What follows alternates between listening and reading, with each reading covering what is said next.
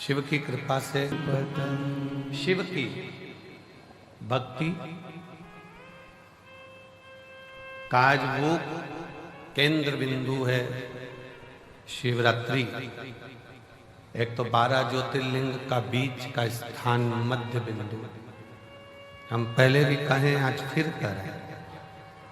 कुबेरेश्वर बाबा की भूमि पर खड़े होकर गूगल पर आप सर्च करेंगे कि उज्जैन कितना है, काशी कितना है, केदारनाथ कितना है, सोमनाथ कितना है, कृष्णेश्वर कितना है, मल्लिकार्जुन कितना है, नागेश्वर कितना है। आप जब मैप पर सर्च करेंगे तो खड़े होकर अगर सर्च करेंगे तो वहाँ एक पॉइंट बड़ा हुआ है। 50 होगा तो 51 आएगा, 40 होगा तो 41 आएगा, 30 होगा 130 होगा तो 31 आएगा। पूरे इस कुबेरेश्वर धाम की भूमि एक बढ़ाकर ही रहती है, इसलिए ये भूमि 12 ज्योतिर्लिंग के मध्य का केंद्र बिंदु।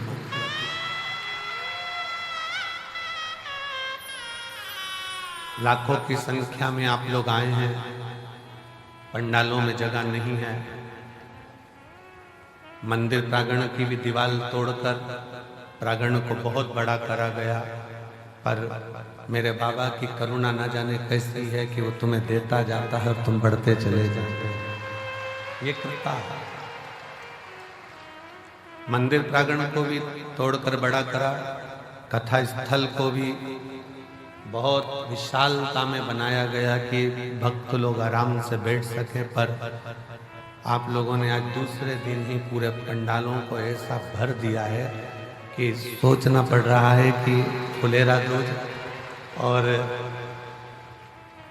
बाबा का जो छठा दिन की जो शिवरात्रि होती है, जिसको कामना रात्रि कहते हैं, बाबा कुछ न कुछ देता है उस दिन। वो छठे दिन की रात्रि का कैसे समेट कैसे शिव तत्व।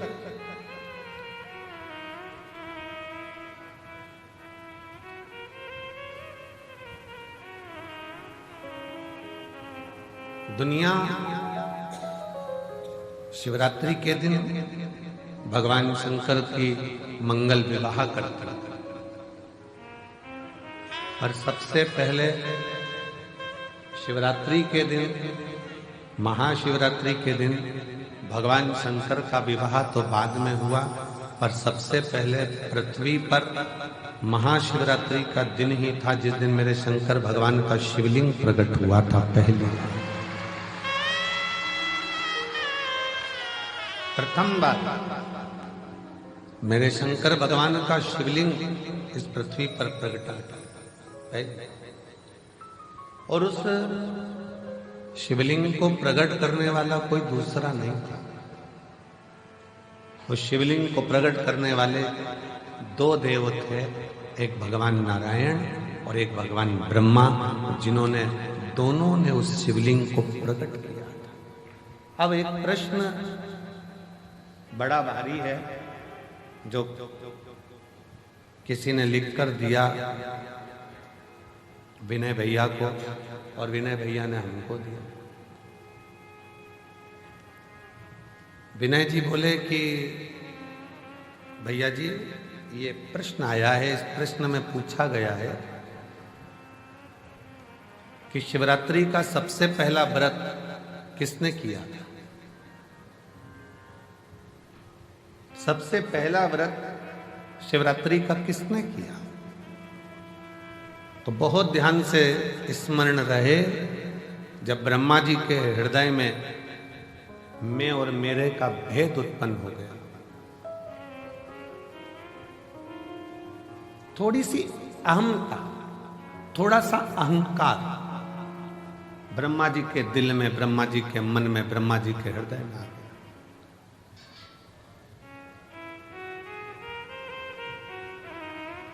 और ब्रह्मा जी के हृदय में, ब्रह्मा जी के दिल में जब थोड़ा सा अभिमान आ गया कि मैंने सृष्टि की रचना करी है, मैं सृष्टि बनाने वाला हूँ, मैं सृष्टि रचने वाला हूँ, मैं सृष्टि का निर्माण करने वाला हूँ, तो ब्रह्मा जी के अंदर ये अभिमान आ गया।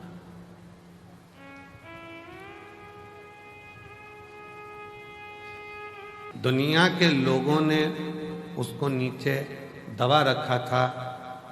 दुनिया के लोगों को लगता था कि सब कुछ हम कर रहे हैं, सब कुछ हम कर रहे हैं। पर जब से शंकर भगवान की भक्ति का स्मरण किया है और शिव महापुराण का पाठन स्मरण वाचन किया है, तब से समझ में आया कि ये सृष्टि बनाने वाला भी शिव है, सृष्टि का संचालन करने वाला भी शिव है, और सृष्टि का संहार करता भी शिव है, और सृष्टि का भरण पोषण करने वाला भी शिव है। बोल बम का नारा है, सारी समस्या का हल। समझ में आ गया कि ये सृष्टि कोई दूसरा नहीं चला रहा, कोई दूसरा। सृष्टि की रचना करता,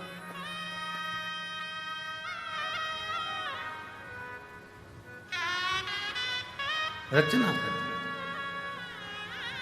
कार्यकर्ता जी के मन में भेद उत्पन्न हो गया कि सृष्टि का रचना करता हूं।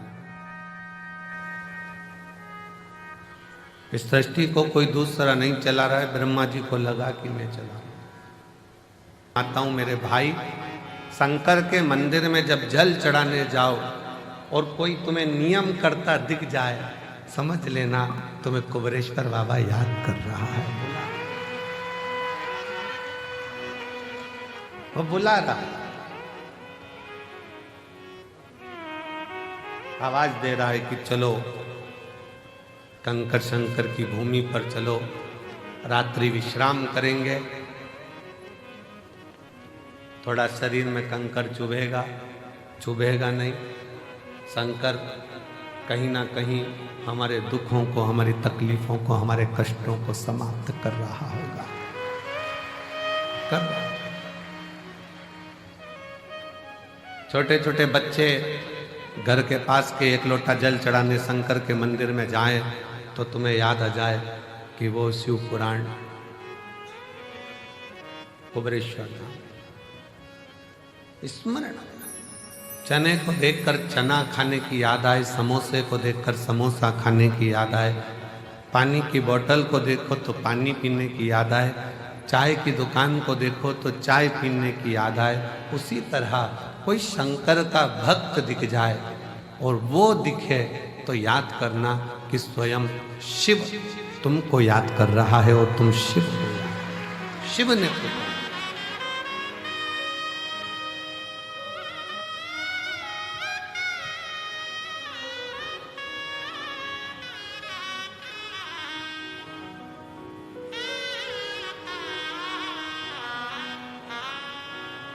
शिव के बिना कुछ भी नहीं, शून्य। दुनिया के लोग ये मन से निकाल देना कि तुम घर चला रहे हो, तुम कर रहे हो।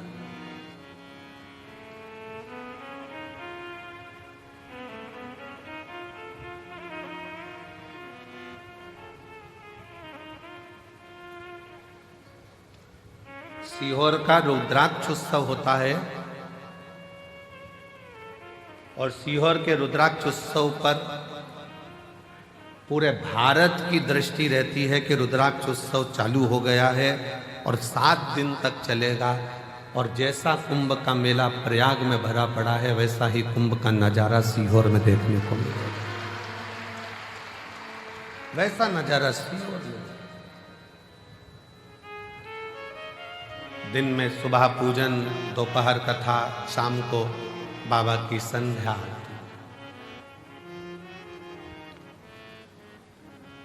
आज की जो संध्या आरती है वो शाम को ठीक 7 बजे चालू होकर 20 मिनट में विराम होगी। 7 बजे ठीक चालू होगी, 20 मिनट बाद वो विराम हो जाएगी, जिससे प्रसाद पाने वालों को दिक्कत ना हो, बहुत रात्रि तक उनको जगना ना पड़े।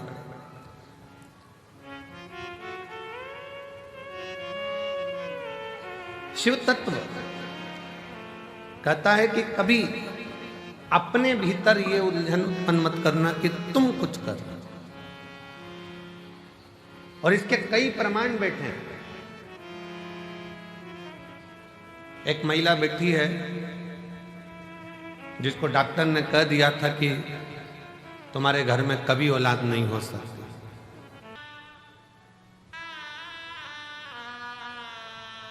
किसी गांव के व्यक्ति से पूछना, सीहोर नगर के किसी व्यक्ति से, शहर के व्यक्ति से पूछना, क्या किसी को अंदाजा था कि यहाँ कुबेर बाबा के यहाँ जो छोटा सा शंकर का एक स्वरूप, कंकर शंकर के रूप में विराजमान, क्या इतने लाखों लाखों भक्त इस भूमि पर आ सके?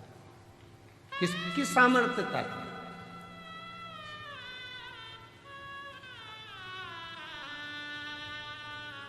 और ये कुबेरेश्वर धाम, ये केवल मंदिर नहीं है, ये मेरी जीजियों के पिता का घर, उनके बाप का घर, उनके पिता का घर है। और जितने मेरे जीजा आते हैं वो शान से आए कि हम हमारे ससुराल में जा रहे हैं। ससुराल है, थोड़ा बहुत कोई कुछ कह भी दे तो समझ लेना कि ये तो साले हैं, जीजा से मजाक कर रहे हैं।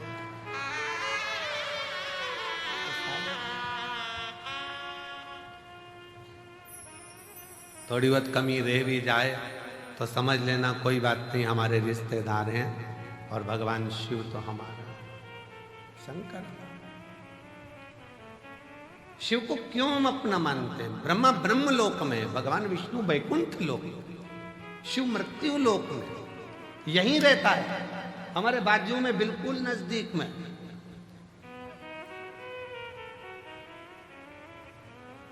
कई माताएं पत्र में लिखती हैं कि हमारे बाजू में 4 घर छोड़ के शंकर जी का मंदिर है।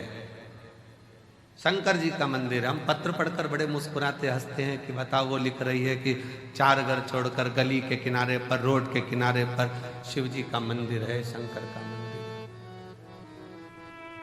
शिव का। अभी भी उसकी दृष्टि में यही है कि हमारे घर के पास में शिव का मंदिर है। जिस दिन तुम्हारे पत्र में लिखा हुआ आना चालू हो जाए कि मेरे दिल में शंकर का मंदिर है, उस दिन समझ लेना कि सब मिल गए। अभी भी तुम्हारी दृष्टि में यही है कि शिव का मंदिर पास में, दिल में।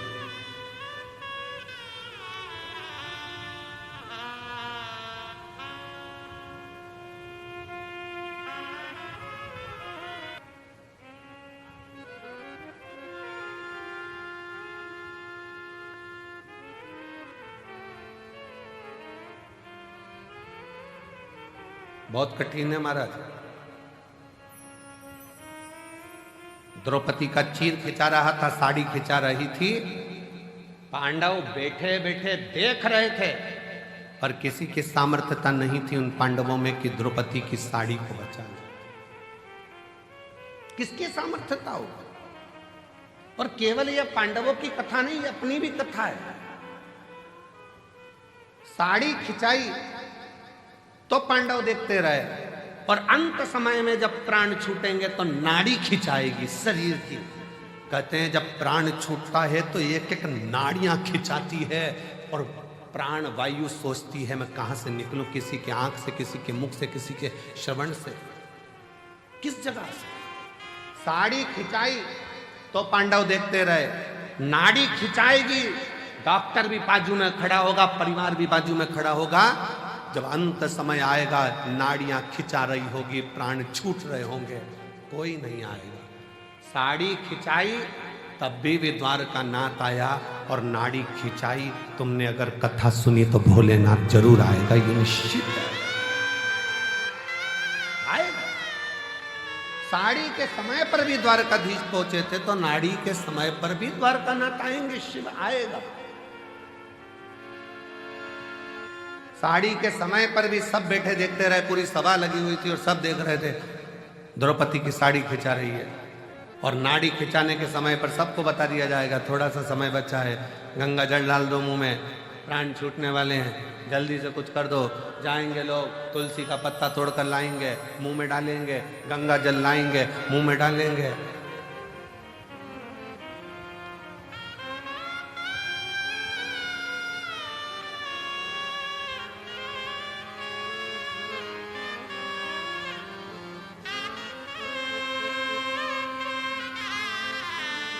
सब जाएंगे, सब देखेंगे, कोई बचाने वाला नहीं होगा। तब अंत समय प्रभु आना पड़ेगा, वचन दिया तो निभाना पड़ेगा।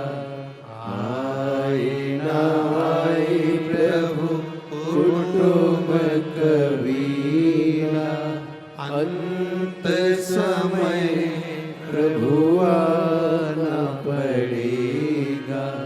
वचन दिया तो निभाना पड़ेगा।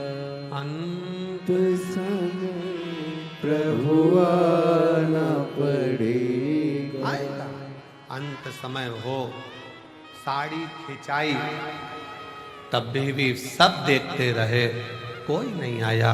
आया तो मेरा भगवान द्वारकानाथ आया, वही आया। कौन आया? कौन? नाड़ी के समय पर भी जब शरीर से नाड़ियां खिंचा रही होंगी, शरीर छूट रहा होगा, कौन आएगा?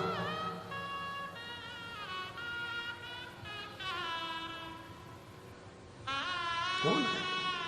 शीश गंगा की धार, गले सर्पों का महादेवा, बोले कैसे करूं तेरी सेवा। तब तुमने जो एक लोटा जल चढ़ाया है, टीवी पर कथा सुनी या मोबाइल पर कथा सुनी, चाहे कुबेरेश्वर धाम के कंकर शंकर की भूमि पर कथा सुनी, तब कोई आए चाहे ना आए, मेरा भगवान शंकर जैसे देवराज के लिए नंदी लेकर आया, जैसे बिंदु के लिए ईश्वर जी गोरा जी बनकर आया, अंत समय में आप हो चाहे हम हो चाहे दुनिया का कोई हो, एक लोटा जल का फल देने के लिए वो शंकर जरूर आएगा। एक पत्र है जिसमें एक पत्र में लिखा,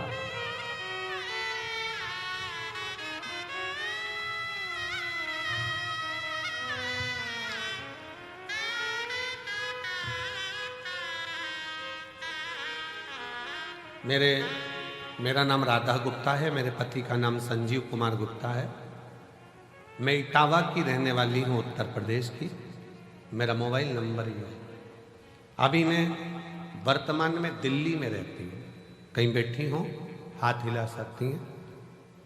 राधा गुप्ता, पति का नाम संजीव कुमार गुप्ता, बैठिए, आ जाओ, एक बेलपत्र ले जाना, आ जाइए। अभी वर्तमान में मैं दिल्ली में रहती हूँ, इटावा की रहने वाली हूँ। पहली कथा मैंने कुबेरेश्वर बाबा के धाम में आकर 2022 का रुद्राक्ष महोत्सव में सुनी थी। किसी के मुख से सुनकर आई थी कि रुद्राक्ष महोत्सव में जब हम जाते हैं तो मेरा बाप, मेरा पिता बेटी को जैसे विदाई देता है, वैसा ही हमको कुछ ना कुछ देकर भेजता जरूर है। गुरुजी कुबेरेश्वर धाम में आई, रुद्राक्ष तो समय पर मिला नहीं, पर बाबा की कथा जरूर मिली। दिल से सुनते, बहुत भीड़, बहुत, और वही भीड़ का नजारा आज देख रही हूं जैसा मैंने 2022 में देखा था। वही गुरुदेव बाबा से कहकर गई थी कि दिल्ली में रह रही हूं, पर किराए के मकान में रहती रहती 15 साल हो गए, कुछ भी नहीं, हालत ठीक नहीं, परेशान हूं, इसलिए यहां पहुंची हूं। बाबा अपनी बेटी को जरूर देना, खुद के मकान में रहूं, खूब कृपा मेरे ऊपर करना। गुरुदेव 22 का रुद्राक्ष उत्सव करा, बाबा की ऐसी कृपा हुई, 1.5 साल लगा और बाबा ने 15 साल बाद मेरा खुद का मकान दिल्ली में बनवा दिया। बाबा मेरे गले में गांठ हो गई थी, दिल्ली के एम्स में दिखाया तो डॉक्टर ने गांठ को साधारण नहीं बताया, इसकी जांच होगी, कराने के लिए जांच कराने के लिए इसका निकालना पड़ेगा। 1-2 दिन के अंदर ही गांठ का ऑपरेशन होना था। फिर बाबा का रुद्राक्ष उत्सव चल रहा था, आ गई बाबा से फिर विनय कर गई, बाबा शरीर में गठान आ गई है गले में, डॉक्टर कैंसर जैसी बीमारी का योग बता रहा, कुछ कहो ना बाबा। विनय कर कंकर शंकर पूजन कर फिर चली गई। 15